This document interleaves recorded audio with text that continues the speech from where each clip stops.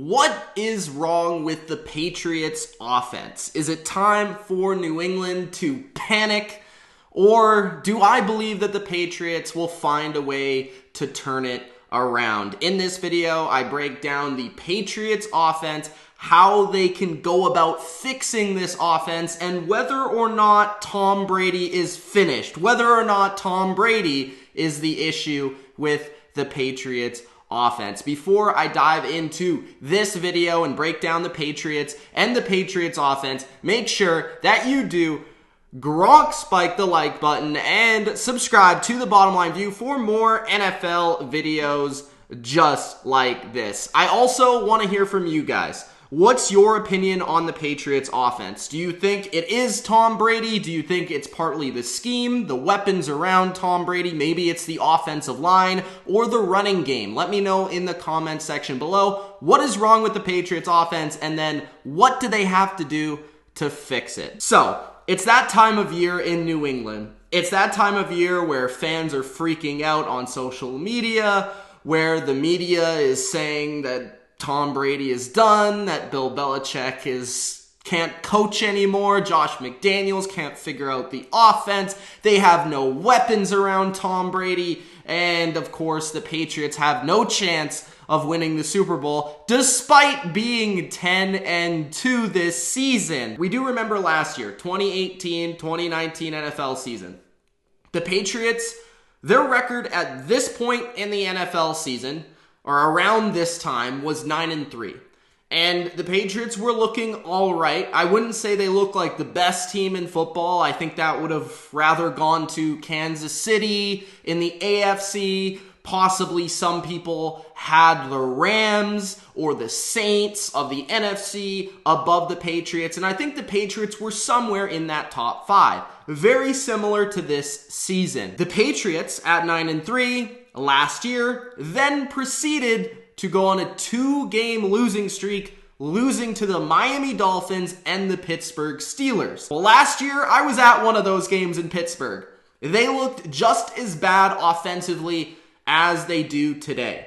So what happened last season for the Patriots to be able to turn it around? Well, I first believe that they got to the running game. They were able to run the football with Sony Michel. They were able to go big with Rob Gronkowski at tight end and James Devlin at fullback.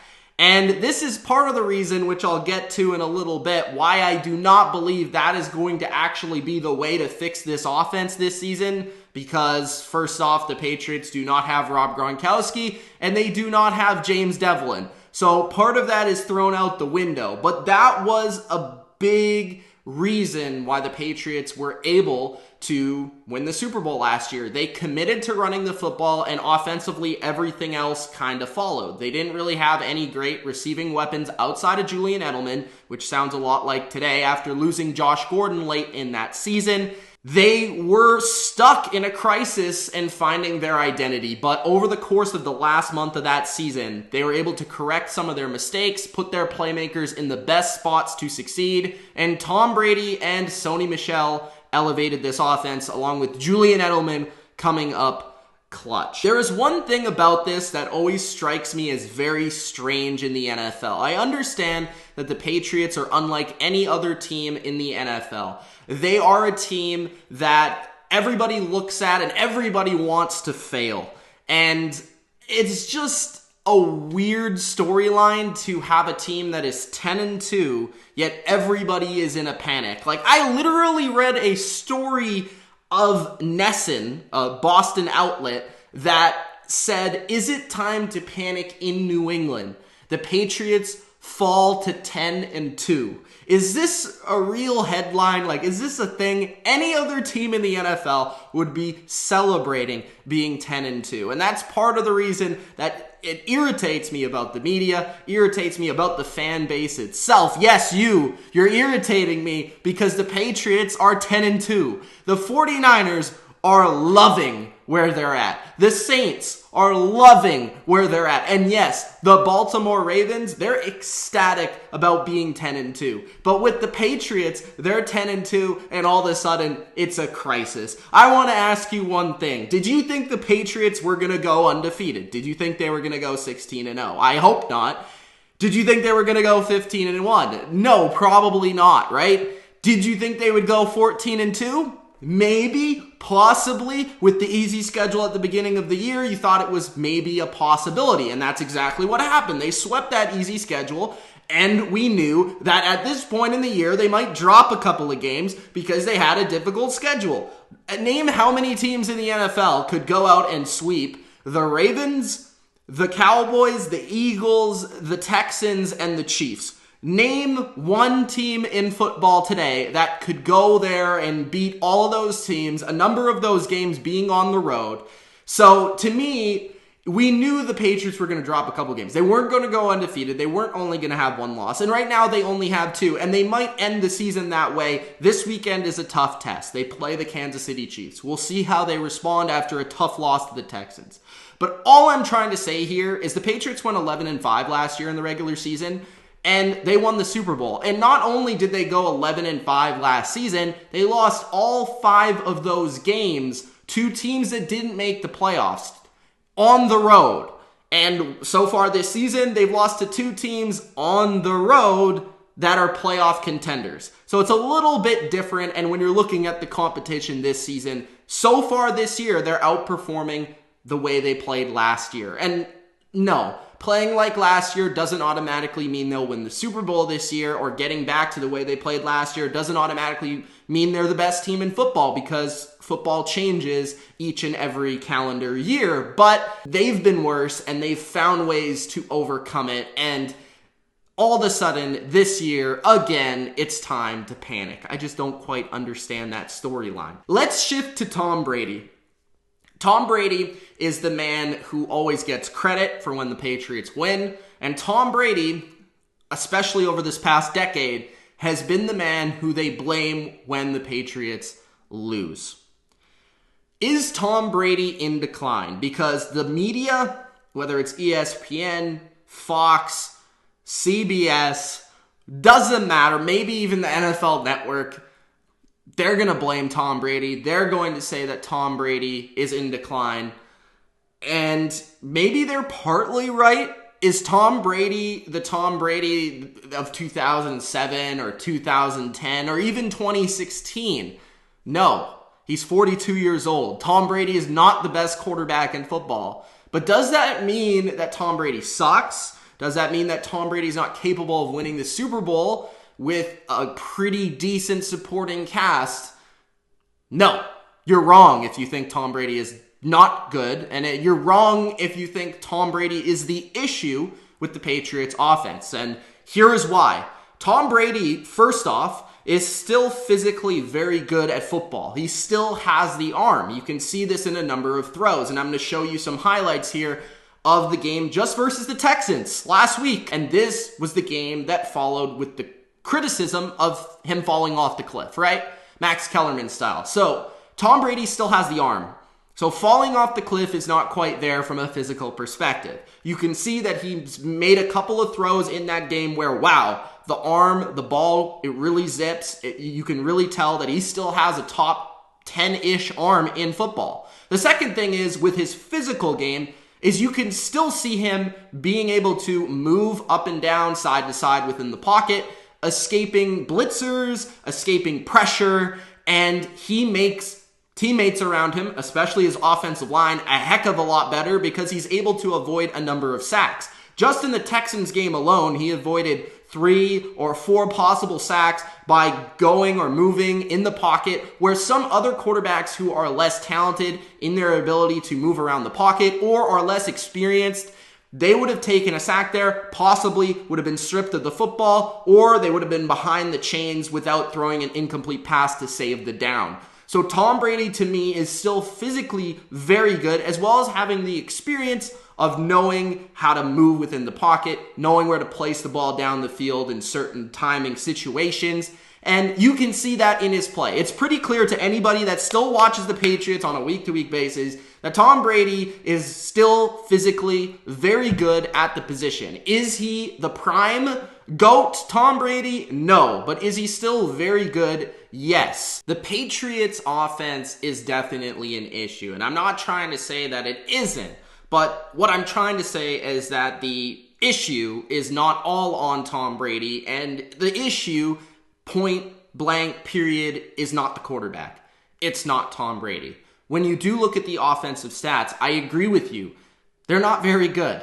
15th in points per drive, 19th in yards per drive, 16th on third down. They're also bottom 10 in the league in the red zone. This is not a very good offense. This is an average offense, and it's been a long time since we've seen a Patriots team do anything or even take the field with an average offense. So for Patriots fans, it looks so different than what we're used to. And for the media, they're used to seeing the Patriots dominate in terms of scoring a lot of points and not winning by the slimmest of margins. But sometimes you need to change your identity. Sometimes you need to find a way to win, even if it's not the prettiest. And that's exactly what Tom Brady has known this season. And that is why he actually has been playing well and actually has been helping the team win. Because not only do quarterbacks help teams win by putting up points, but they also help teams win by managing a game, by managing a game script, by putting their defense in a good position, by allowing the special teams to do their job, and allowing the coach to manage the game from the sidelines. What Tom Brady has been doing is throwing the ball in the dirt when nobody's open because the guys aren't getting open. Throwing the ball in the dirt when there's pressure in his face so he doesn't get sacked and it's not a negative play. Protecting the football and not forcing it for interceptions. Last game versus the Texans, he did throw an interception, but the interception was not on him. It was on his rookie receiver, N'Keal Harry, who didn't win his route at the line. Bradley Roby, a very good corner of the Texans, smashed him at the line of scrimmage, physically dominated that battle, and Tom Brady expecting the timing for his receiver to win inside position. His receiver did not win that inside position, and Roby made a nice play and jumped the route. He's second in attempts. He's third in completions. This is not a player that's being carried by anyone else on his offense. He is being asked to do more than he really has in a couple of seasons offensively. Their ground game has not been effective, which I'll get to in a second. Second in attempts, third in completions. A quarterback that is not playing well does not have those numbers. He actually has the most yards of any quarterback in the playoffs through the air in the most completed air yards in the league other than Dak Prescott. And Dak Prescott is a quarterback who's played a lot from behind this season because they're actually a team with a losing record, but because of the NFC East being the way that it is, he is technically a playoff quarterback. So taking all the playoff quarterbacks with a winning record, Tom Brady has the most air yards this season, which is pretty crazy considering that everybody thinks he sucks. He's not really getting much help from the players around him either. And I'm the first to say that I do not think this Patriots offense around Tom Brady is extremely talented. I think it's a lot of Julian Edelman, it's a lot of James White, and it's not much else. And this kind of reminds me of the times of 2013 with Kembrell Tompkins and Aaron Dobson, an undrafted and a high-drafted rookie receiver, kind of like we saw this year with N'Keal Harry and with Jacoby Myers, kind of a similar situation there. Or in 2006 with kind of some cast-off type names like Jabbar Gaffney or possibly Riche Caldwell. But the difference is that Tom Brady was so incredible at that point in his career that it did not matter who he was throwing the ball to because he was just so special. But now that he's 42, it's showing up on the field. It's showing up in the stats. It's showing up in the score. So while I do not think Tom Brady sucks, I also do not think he's in the top 5 in the league at this point. I do not think he's physically one of the best quarterbacks in football like he used to be. So when we're looking at it, what is the issue? Well, let's look at some of the statistics to back up what I claim is the issue of the Patriots offense. They have the third most drops in the NFL. That's actually led by Julian Edelman. Julian Edelman actually leads the NFL in drops with 10. He's first in drops. Third in the NFL. Tom Brady has the most throwaways in the entire NFL with 29. The next closest is Aaron Rodgers. Aaron Rodgers led the NFL. I believe he set a record for throwaways last year. So Aaron Rodgers throws the ball away a lot. And that offense is actually pretty good. He has the second most throwaways. Tom Brady has the most throwaways, actually by more than 5 throwaways. I believe by 7 throwaways. He has 29 throwaways this season. What a throwaway is basically throwing the ball not to a receiver, not to a running back, not to a target, but into the ground or out of bounds because nobody's open or you're under pressure or you're trying to save the play. So that backs up my thought of Tom Brady managing the game. That backs up my thought of nobody getting open. That backs up my thought of the offensive line not being quite as good as Tom Brady makes it look. So the most throwaways in the NFL. Edelman is the second most targeted player in the NFL, only behind Michael Thomas, who's having a historic season. Michael Thomas is leading the NFL in receptions and having a great year. Like I said, Edelman has the most drops in the league. Edelman is second in targets. What that means to me is that Tom Brady rather does not have a lot of weapons, or he doesn't trust a lot of people on this offense. In yards after catch, the Patriots receivers are 9th worst in football. So when they're catching the football, they're not gaining yards after the catch. This is also, to Tom Brady's credit, not a lot of receivers making plays after the catch, probably outside of James White and Julian Edelman. I do not see a lot of these other receivers getting the ball in their hands and making plays, making guys miss, breaking tackles, and just making big plays down the field. Not good in the run game either, right? They're not. The 21st in rushing this season, the first round pick from last year, Sony Michel, who had a great playoffs, has not carried that into this season.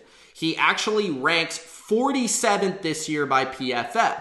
Tom Brady, on the other hand, ranks 7th. And his receivers, Tom Brady's receivers, none of them rank within the top 40 this season. Not even Edelman. I'm guessing that's because of the drops. And I would say Edelman's certainly a top 40 receiver, but at least from PFF's perspective, none of his receivers rank within the top 40, while Tom Brady ranks within the top 10. He's actually ranked number 7, despite the lack of statistics and despite the lack of big games this year. Tom Brady is ranked in the top 10. His weapons, none of them outside of James White are actually ranked in the top 20. Not a running back, not a receiver. And to me, this has me thinking, okay, is this because Sony Michel is not as effective in 11 personnel, which means 3 receivers, a tight end, and a running back? Is he not as effective without James Devlin there, the lead fullback? What is the issue with the running game? What has the issue been? David Andrews being out, is that the issue? So I think the Patriots definitely need to go out of their way and try and figure that out. But Sony Michel has not been effective, and the ground game has not added any element to this offense. Teams are not threatened by the running game of the Patriots, and they're playing the pass because they know the Patriots have not been able to run the ball this season. Now, it's been a little bit better since Isaiah Wynn has come back, and that's been the silver lining for the Patriots. So hopefully that does improve. But so far this year, the running game has not taken any pressure off of TB12. Now, incredibly, despite all of the things I just said, the Patriots offense is still 5th in points, or the Patriots are still 5th in points. They're still 14th in yards, and they're still 8th in passing. So they have done some things well this season. Obviously, they're 10-2, so they've had to score points to win 10 games this year. They're 10th in offensive DVOA, which is actually pretty good. And when you look at their passing offense, their rushing offense, it's clear their rushing offense is the weak point.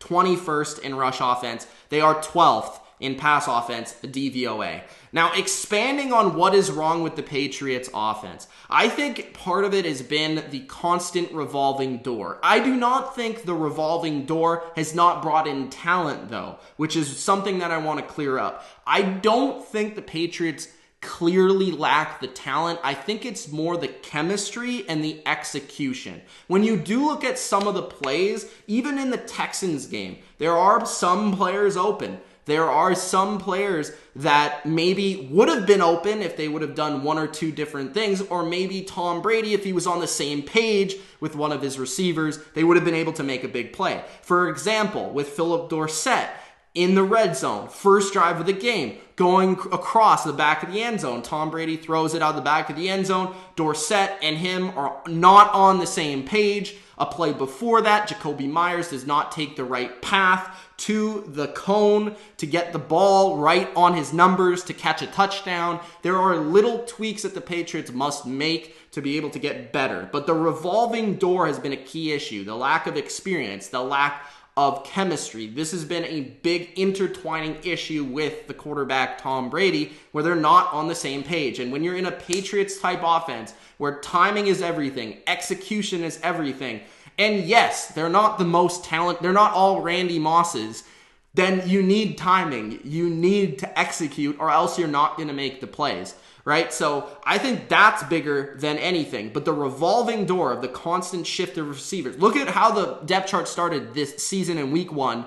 Then look at what it was around week 4 with Brown and Gordon and all those guys. And then look at it now. It's totally different. It's totally switched. Every week, Brady has a new group of receivers. Every week, Mcdaniles has a new group of receivers. And every week, there's a new receiver trying to learn the offense and trying to get better within this system. And they're trying to do it on the fly. One of those guys is Mohamed Sanu, who had a great game versus the Ravens. And really, he's been hurt ever since. He's been playing a little bit, and his snap count certainly shows that he's playing injured. So if getting Sanu back to 100% is something that will help this offense, that's what they need to do. Another guy that's been sick has been Marcus Cannon, their right tackle, who had a horrendous game versus the Texans on Sunday Night Football. He was taking an IV at halftime. So you need your right tackle. You need your second receiver in this offense, especially when it's lacking the talent at this current point. Teams are keying on Edelman. We saw the Texans double team him, and that speaks to the second in targets in the NFL. Brady needs to find and rely on another guy, and other guys need to step up. James White is also being keyed on. When he used to be the third or the fourth option in the passing game, he's now the second. And teams like the Texans are putting corners on James White instead of safeties or linebackers, making it more difficult. And that also speaks to the running game. Because they don't respect the running game, they're able to put lighter bodies, more pass coverage, and take away the options of Tom Brady. I think part of it also is speed and separation. These receivers are just not very fast. All of them are slot receivers. I don't think any of them you would call a strictly outside guy. Edelman is not one. Sanu is not one. Jacoby Myers is not one. Philip Dorsett, maybe. He's the only guy with a little bit of speed, but just the fear of speed is lacking in this offense. And the fear of having versatility, of being able to win off the line and go down the field is lacking. And that's what they wanted N'Keal Harry to do, but he seems to be more of a slot guy, which leads to my next point. How do you fix this offense? It starts with Josh McDaniles. It starts with the play calling. It starts with the scheme. I love Josh McDaniles. I think he's a phenomenal offensive coordinator. I think he'll be a phenomenal head coach. And I think he's one of the greatest offensive minds of all time. But you need to put players in the right positions to be able to succeed. And that starts with a guy like N'Keal Harry. You need to feed him the ball more. So one of his strengths was getting the ball in his hands and making people miss. That's why you drafted him that high. One of his strengths was throwing him the ball up in the red zone. And you've only really done that once this season. Maybe that's partly Tom Brady's fault. But you need to utilize your talent the best way possible. You need to put them in the best position possible. And to me, it just doesn't seem like they're doing that right now. Put N'Keal Harry on the inside. Allow him to work inside. See how that benefits his skill set instead of lining him up outside and getting bullied by Bradley Roby, right? Then you look at, well, they need to get to more play action. The Patriots and Tom Brady have always been most effective with more play action, especially on first down. I have not seen it a lot this year. I want to see it more. The hurry-up offense has been an element that's been so successful for the Patriots over the years and even this year. Take the Baltimore game, for example, where they were awesome in the hurry-up, and that's kind of disappeared for some reason. That allows James White to be on the field more because James White's your best offensive playmaker according to PFF. He's been the most consistent, most reliable guy for Tom Brady. Put him out on the field more and go hurry up. And the Patriots running game has been more effective doing so as well. You look at the Texans game and the comeback. You look at the Ravens game. You look at some of these games where James White running the football out of shotgun has been successful because of the tempo and the pace that you're going at that slows down a defensive pass rush and tires them out, right? So some of these things I think can simply be better given execution, but I also think the Patriots need to change up what they've been doing, put their players in a better situation to succeed. I hope you guys liked this video. If you did, Gronk spike the like button, subscribe to the channel for more NFL and Patriots videos just like this. Comment below your opinion. Am I right? Am I wrong? Do you think some of the solutions I brought up could possibly help the Patriots? Do you think the things that are being really talked about as flaws actually exist for the Patriots, or do you think it's a different storyline? What do you think is the true flaw of the Patriots? As I brought up, I do not believe it's Tom Brady. I think part of it is the weapons, but I think most of it is the execution. Let me know in the comments section below. It's been Mitch of TheBottomLineView. Thanks for watching, and peace out.